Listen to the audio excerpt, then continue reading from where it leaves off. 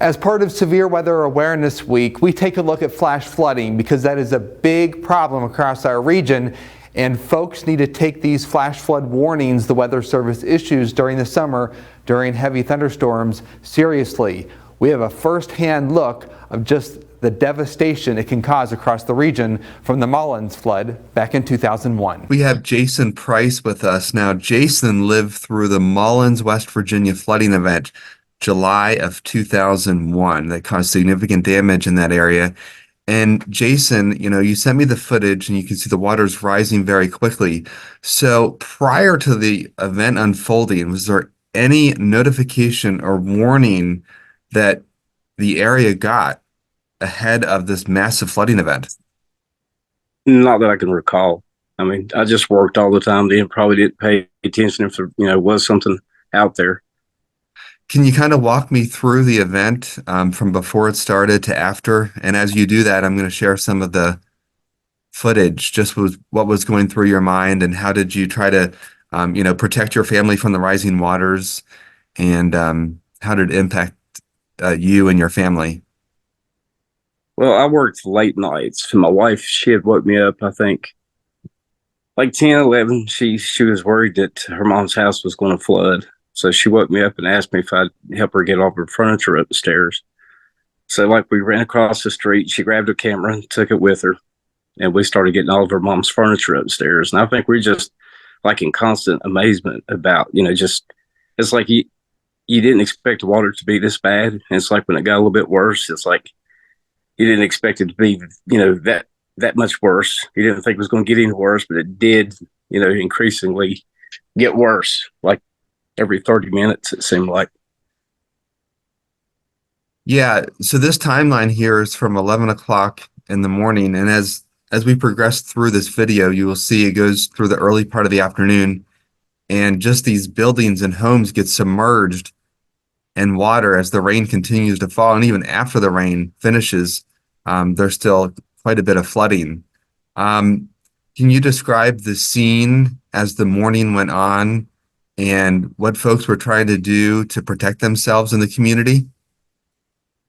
Yeah, I think at first, the city workers were just, out trying to make sure the drainage was clear. And basically, like I said, the water rose so fast. You had a few people that was working across the street there in that building, and they were just holding in there. And the water rose so fast that they got stuck to the point where they couldn't get out. Nobody expected the water to get as high as it did. I think the video you're watching now, everybody was pretty much in agreement that, this was it. This was the peak of the flood. It just happened quickly. So a lot of people, as the water was gradually coming up, were just getting away from their homes and getting, toward the hillside, as the water kept rising, and just kind of watching events around them happen. Now I see some folks trying to maneuver through that flooded roadway right there, which is obviously very dangerous because your vehicle can get picked up very quickly from moving water. Now, had you ever experienced anything like this before? No, this was, we had a lot of hard rains down there where you'd get water in the streets, but nothing like this. This was just different. Now, following this event, obviously there was significant damage to homes, and the footage does eventually show the damage that unfolded. Do you think that the town has recovered since then? Because this was a pretty massive event for Mullens. No, I don't. I think, this was devastating. And the federal government come in and they helped. But it's just, the town, I think the local hardware store shut down. There was a Big Lots that shut down. It's just like the town never fully recovered after this. I think a lot of people just, left at this point. And yeah, at this point in time, cell phones weren't very popular, so you probably didn't get notifications on cell phones, right? No. The only I don't think if you had a cell phone, you didn't have a signal in that area anyway. That's true. Did your family have a NOAA weather radio? No, not that I can recall. Okay. So basically, the only way of getting notified of the weather forecast would be TV. through TV and radio, right? Yes. Okay. Um, Now, one other question I've got is the damage that this flooding produced was about similar to what you would expect even with a severe thunderstorm. So what is your advice for folks um, when they're in this type of situation where an advisory is issued, a flood warning, for example, and you get this sort of magnitude of flooding? Now we're at 1:30 in the afternoon, and the water's almost up to the bottom of these roofs. What's your advice for folks these days that now get notifications for flooding um, when they get these alerts? When you get the alerts, pay attention. You know, listen to the warnings, I think. And two, when you do get in situations like this, stay out of the water. Keep your family away from the water, and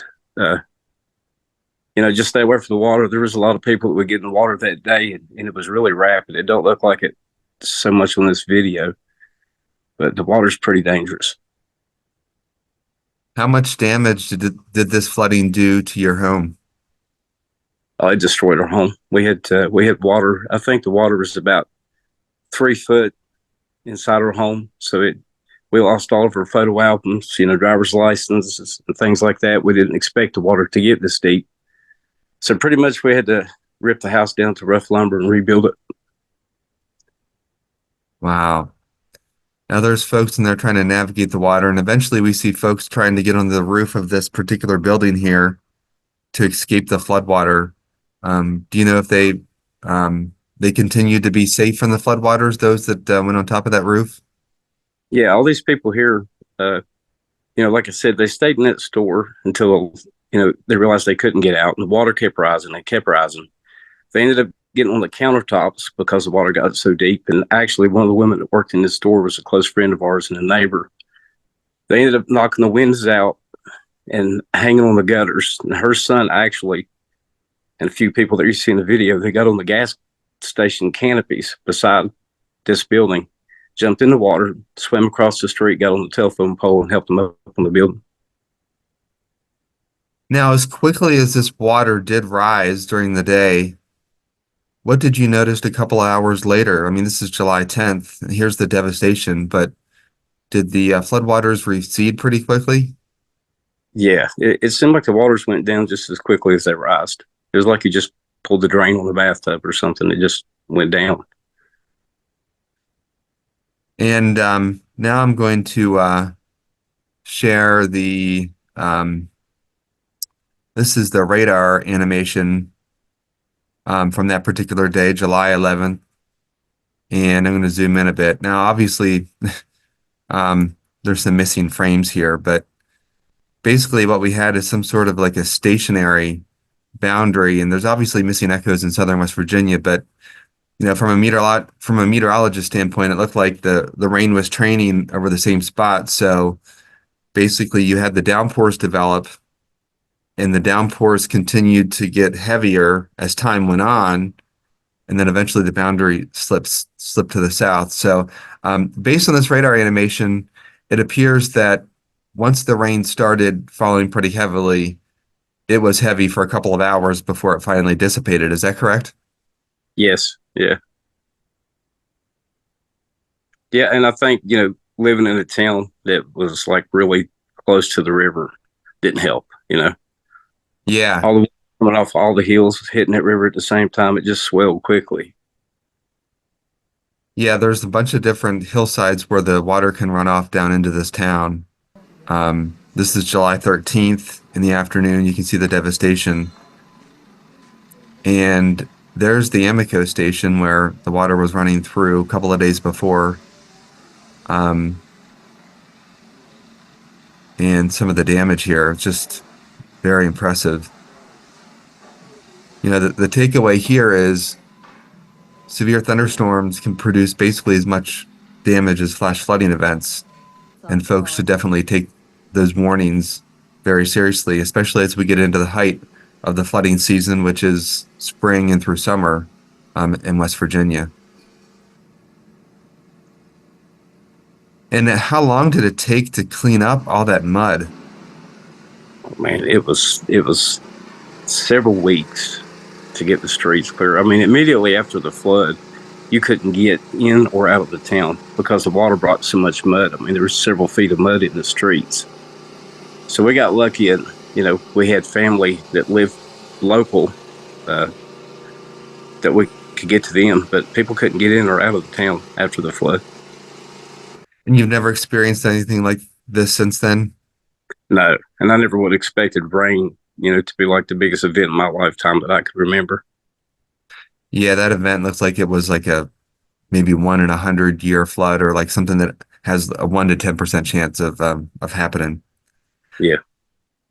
Well, I really appreciate you taking the time today to talk with us about the dangers of flash flooding and how real it is as we get into the severe weather season, because not only are tornadoes and severe thunderstorms damaging, but flooding as well, as your family saw with the devastation from the Mullens flooding.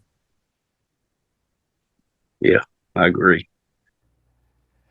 And we want to thank him for that interview. And again, take all weather warnings seriously during the severe weather season: tornado warnings, severe thunderstorm warnings, and flash flood warnings. All three forms of severe weather can cause significant damage and potentially loss of life.